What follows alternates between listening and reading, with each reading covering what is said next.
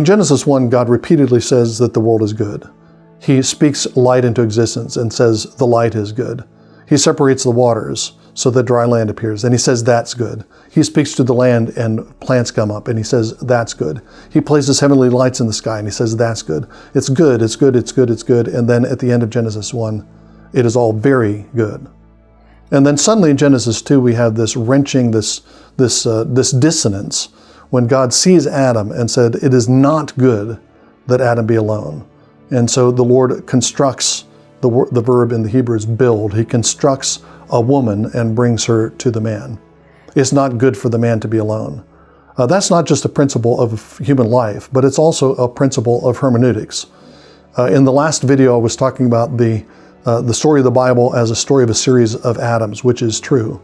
But the Bible is equally a story of a series of Eves. And the first Eve combines and represents all the different female figures and female patterns of the Old Testament. Ultimately, the first Eve is a type and shadow of the last Eve, who is the companion and the queen of the last Adam. The last Eve is the bride, the church, that's revealed at the end of the Bible as a glorious city descending from heaven, like a bride presented for her husband, but like a bride prepared for her husband. And that last Adam and the last Eve, united together as one spirit, as one flesh, is a culmination of the whole of human history. But throughout the Old Testament, throughout the Bible, we see a series of Eve figures that all pick up in some fashion, some facet of the first Eve. Eve is the mother of all the living. And so throughout the Bible, we see a series of mother figures. We see husbands and fathers, certainly, but at key points, we see mothers, barren mothers, who aren't able to produce the seed, who aren't able to produce the seed of the woman who's going to crush the serpent's head. Barren mothers who aren't able to produce the seed that's going to carry on the covenant.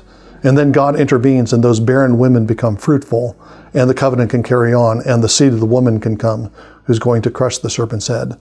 Those are new Eve figures. Sarah and Rebecca and Rachel and Hannah are all new Eve figures, barren mothers who bear fruit so that the final seed, Jesus Christ, can come into the world. Eve is also the bride figure and a foreshadowing of the final bride, the last Eve, that is the church. She's the Isha, the woman who is made for the man, who is the Ish. She's called Isha because she was taken from the man. And she's the one who's going to produce the conqueror, the one the seed of the woman who crushes the serpent's head. But throughout the Old Testament, we see occasional glimpses of that conquering woman when we see a woman herself who is a conqueror, like Jael, who hammers a tent peg into the head of Sisera, like Deborah, who leads the armies of Israel to defeat the other armies. We see these warrior brides, again, that are picking up on the original bride, that is Eve, and foreshadowing the warrior bride, that is the church.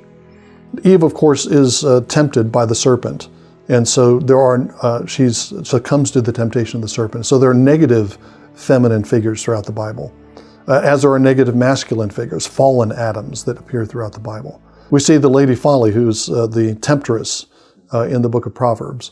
We see various feminine figures of cities, Zion, that has become a harlot, that's going after other gods and receiving other husbands and renouncing her husband, who is Yahweh.